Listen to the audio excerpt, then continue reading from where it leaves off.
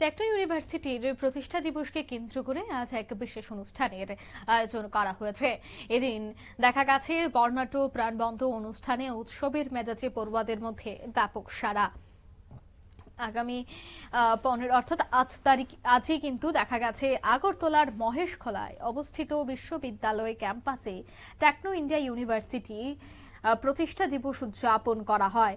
এই উদযাপনে বিশ্ববিদ্যালয়ের ছাত্রছাত্রী, শিক্ষক, কর্মচারী, বিভিন্ন অতিথি এবং শুভাকাঙ্ক্ষীরাও উপস্থিত ছিলেন, যেখানে শিক্ষামূলক, সাংস্কৃতিক, শৈল্পিক এবং সমাজমুখী বিভিন্ন কার্যক্রম সমন্বিত একটি প্রাণবন্ত আয়োজন থাকবে। অনুষ্ঠানের সপ্তাহ উদযাপনে অংশ হিসেবে এই অনুষ্ঠানে বিশ্ববিদ্যালয়ে আমন্ত্রিত শিল্পী এবং ছাত্রছাত্রীদের চিত্র প্রদর্শনী, ছাত্রছাত্রীদের প্রকল্প উপস্থাপন এবং সাংস্কৃতিক অনুষ্ঠান, কবিতা আবৃত্তি সহ বেশ কিছু এদিন অনুষ্ঠানের আয়োজন করা হয়েছে। জানা যায় যে এদিনের এই অনুষ্ঠান থেকে কিন্তু যারা পড়ুয়ারা রয়েছেন তাদের মধ্যেও যথেষ্ট উৎসাহ লক্ষ্য করা গেছে। এদিনের এই অনুষ্ঠানে উপস্থিত ছিলেন প্রধান অতিথি হিসেবে মন্ত্রী সুধাংশু দাস এবং বিধানসভার স্পোকসপারসন কল্যাণী সাহা রায়। এদিনের এই অনুষ্ঠান থেকে কি বলছেন বিধায়িকা কল্যাণী সাহা রায় শোনাবো। 2023 সালের 15ই মে মানে আজকের দিনে এই টেকনো ইন্ডিয়া ইউনিভার্সিটির যাত্রা শুরু হয়েছিল ত্রিপুরা রাজ্যে। আজকে তার 3 বছর পূর্তি। খুব ভালো লাগছে এই কারণেই যে টেকনো ইন্ডিয়া কলেজ আমরা কলকাতার বুকে বহুদিন যাবৎ আমরা দেখে এসেছি। আমাদের রাজ্য থেকে বহু ছাত্র ওই কলেজ থেকে পাশ করে বেরিয়েছে এবং টেকনো ইন্ডিয়া কলেজ অ্যান্ড এখন ত্রিপুরাতে যেটা ইউনিভার্সিটি, যিনি সত্যম রায়চৌধুরী, তার প্রতিষ্ঠান শিক্ষার জগৎকে আরও বেশি আলোকিত করার জন্য তার এই প্রয়াস। আমরা আমাদের রাজ্য সরকারের কাছে অত্যন্ত কৃতজ্ঞ যে টেকনো ইন্ডিয়া ইউনিভার্সিটিকে ত্রিপুরা রাজ্যের ছাত্রছাত্রীদের কাজ করার যে সুযোগ করে দিয়েছেন 2023 সালে, এবং আজকে এই টেকনো ইন্ডিয়া ইউনিভার্সিটি একটা গর্বের জায়গায় রয়েছে।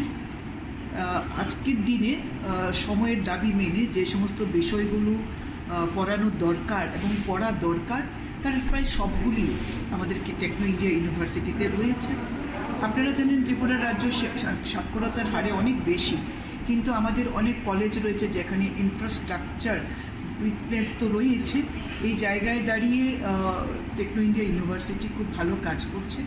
আমাদের রাজ্যের ছাত্রছাত্রীদের আজকে ইঞ্জিনিয়ারিং করা বা বিভিন্ন অন্যান্য বিষয়ে মেডিকেল সায়েন্সেস এবং ল এই কিংবা বিসিএ এমসিএ এগুলো করার জন্য বহিরাজ্যে যেতে হচ্ছে না বাধ্যতামূলকভাবে, এখন অপশন ত্রিপুরা রাজ্যে রয়েছে।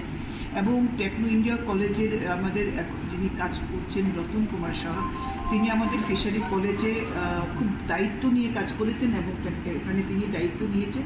নিঃসন্দেহে টেকনো ইন্ডিয়া ইউনিভার্সিটি ত্রিপুরার বুকে ছাপ রাখবে।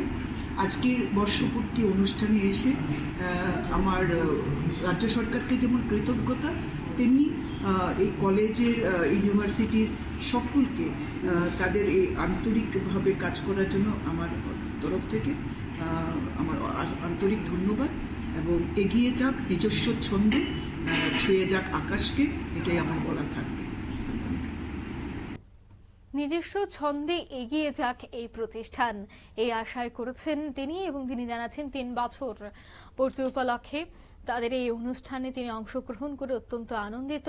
অন্যদিকে এইভাবেই যেন ইউনিভার্সিটিটি এগিয়ে যায়, বহিরাজ্যে যেন রাজ্যের ছেলে মেয়েদের না যেতে হয়, সে কথাই তিনি জানালেন। এই মুহূর্তের সংবাদ এই পর্যন্ত। আমাদের পরবর্তী নিউজ আপডেট দেখার জন্য অবশ্যই চোখ রাখবেন শুধুমাত্র নিউজ ভ্যানগার্ডের পর্দায়। ধন্যবাদ।